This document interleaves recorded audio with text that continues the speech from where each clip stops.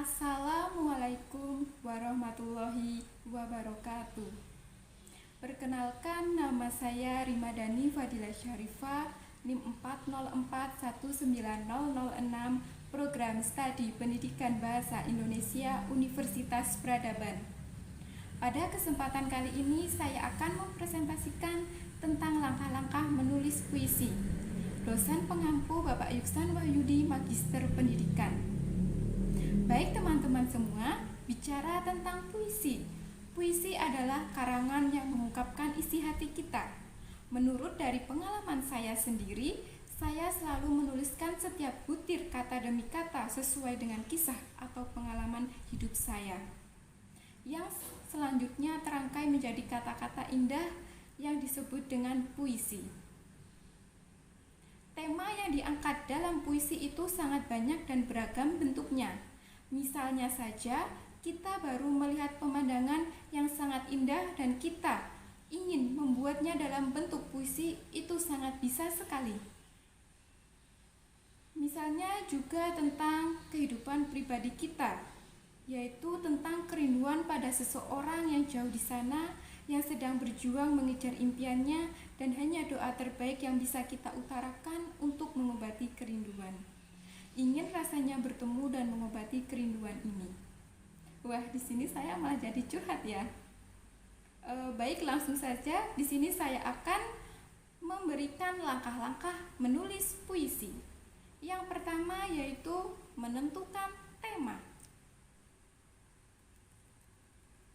Dalam menulis puisi, tema itu sangat penting. Tema adalah hal yang mutlak dan harus ada.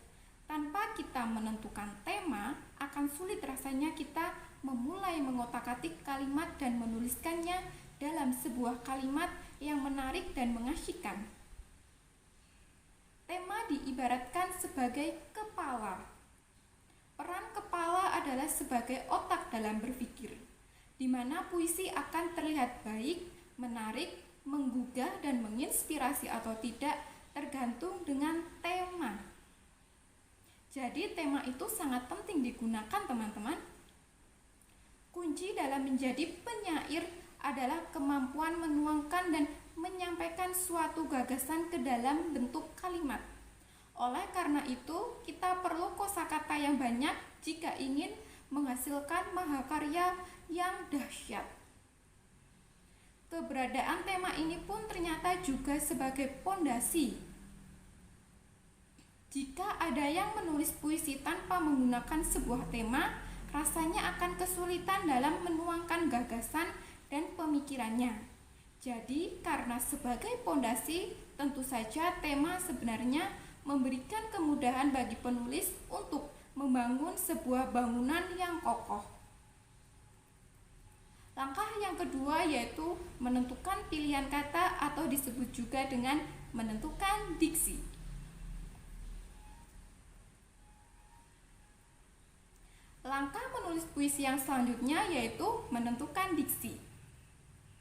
Diksi adalah pemilihan kata yang dianggap sepele dan tidak penting.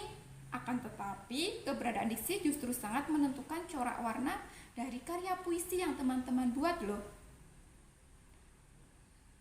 Jika Anda masih ragu akan peran dan pentingnya diksi, Anda bisa membandingkan hasil karya sastra puisi dari penyair sastrawan ternama. Tentu saja kita akan mendapati pemilihan diksi yang begitu luar biasanya indah. Setiap satu kalimat dengan kalimat yang lain memiliki seni setiap kata-katanya. Meskipun susunan kalimat tidak seperti misalnya ya, susunan kalimatnya itu hanya kalimat biasa, tetapi di dalamnya tentu saja ada olah rasa si penulis menggerakkan tenaga agar karyanya memiliki ruh dan pesan untuk pembaca. Jadi menulis puisi tidak sekedar menulis kalimat pendek dan berirama loh, tetapi juga seni dalam pemilihan kata menjadi landasan yang paling penting dalam menulis sebuah puisi.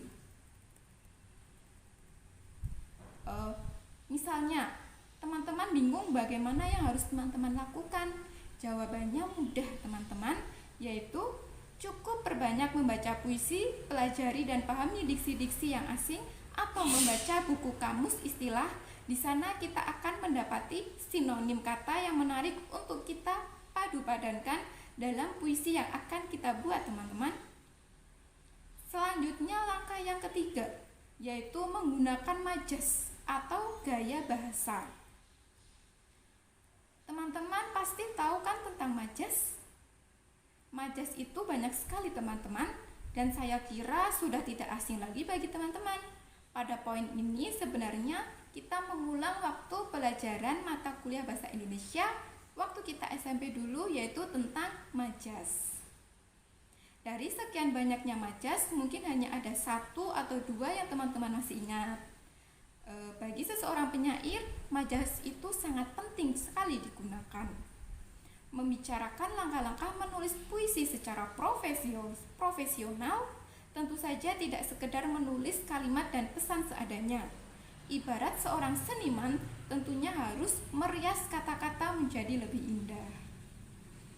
Setiap kata atau bait yang dituliskan sebenarnya ibarat sebuah ornamen yang diharapkan menjadi suatu mahakarya.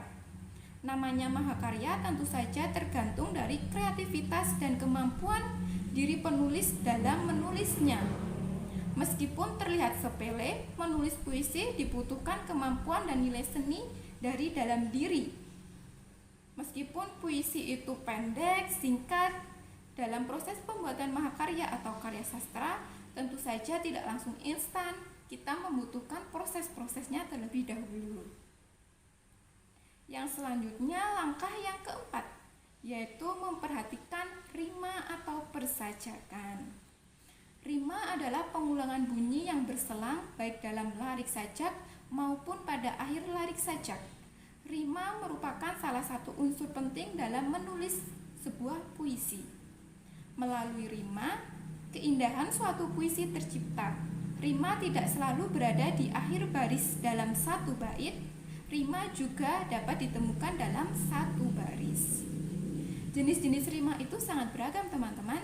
Misalnya, ada rima sempurna. Rima sempurna yaitu sebuah rima yang memiliki akhiran suku kata sama. Seperti misalnya, malang, mati, palang, hati. Itu di akhirnya adalah suku katanya yang sama. Terus selanjutnya yaitu rima tak sempurna, yaitu rima yang memiliki akhiran suku kata sama, namun terdapat di beberapa bagian saja. Misalnya, pulang dan tukang berakhiran dengan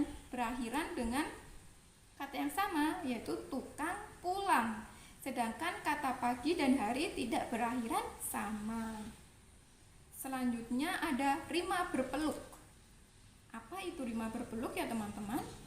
Rima berpeluk itu yaitu pengulangan kata di mana baris pertama berirama sama dengan baris keempat, sedangkan baris kedua berirama sama dengan barisan ketiga. Rumusnya yaitu A, B, B, A.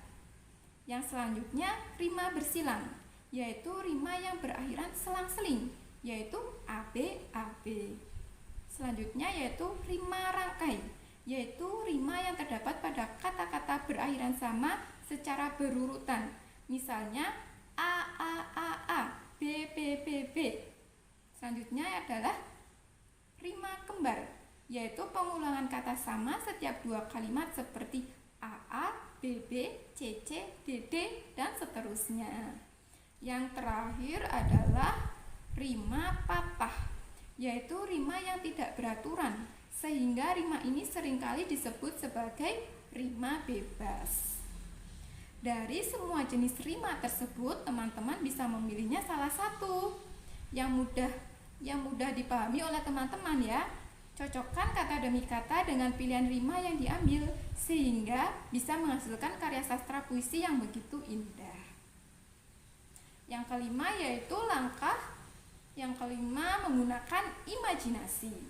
Langkah menulis puisi yang selanjutnya yaitu yang tidak kalah penting, yaitu kemampuan dalam mengimajinasikan.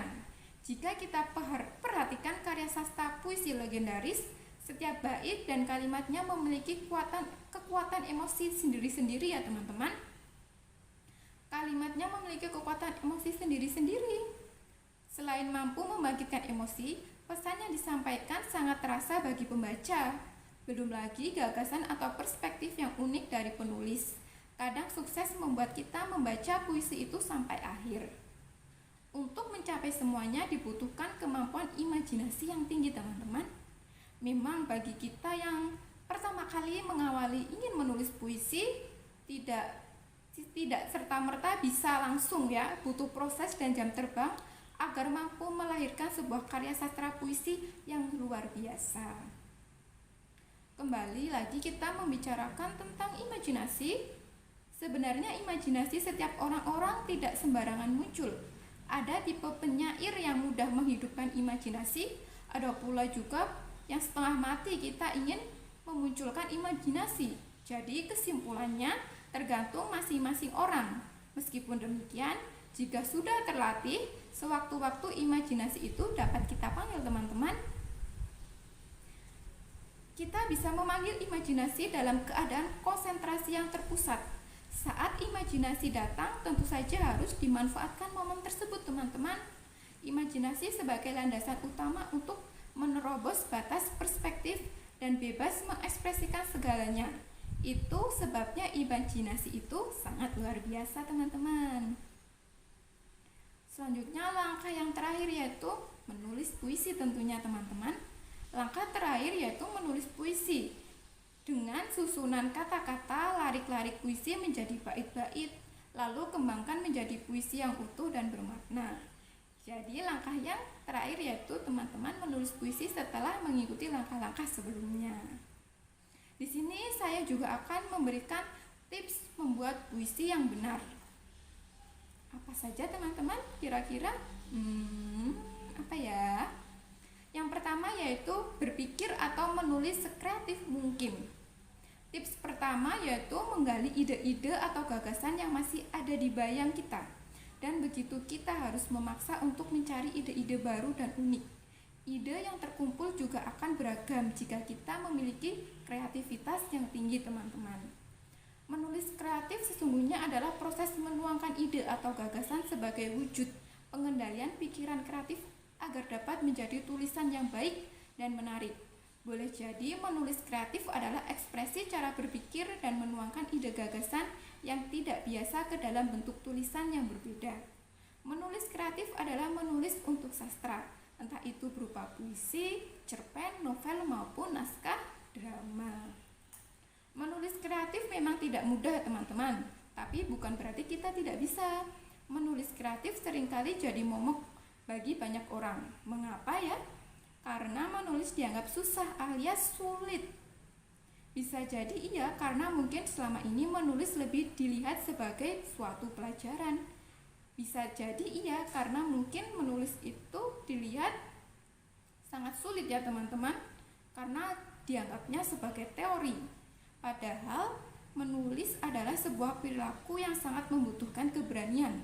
Sungguh menulis tidak membutuhkan ruang kuliah atau buku semata, tapi menulis adalah suatu perbuatan. Tindakan nyata untuk menuangkan ide gagasan secara tertulis. Resep terbaik dalam menulis adalah dengan tulis, dan tulis, bukan niat-niat lalu lenyap ya, teman-teman. Terus tips yang selanjutnya yaitu tingkatkan terus kualitas puisimu, yaitu dengan meningkatkan kualitas puisi teman-teman dengan cara membandingkan beberapa hasil karya-karya tabungan puisi agar dapat kita evaluasi, teman-teman. Selain itu juga bisa membandingkan hasil puisi kita dengan puisi orang lain. Dari situ kita bisa melihat apakah puisi kita sudah berkualitas atau belum, teman-teman. Tips yang terakhir yaitu menjadikan puisi kita memiliki makna ataupun jiwa. Dalam menulis puisi diusahakan setiap tulisan yang kita buat memiliki makna yang dalam, baik di setiap kata, teman-teman.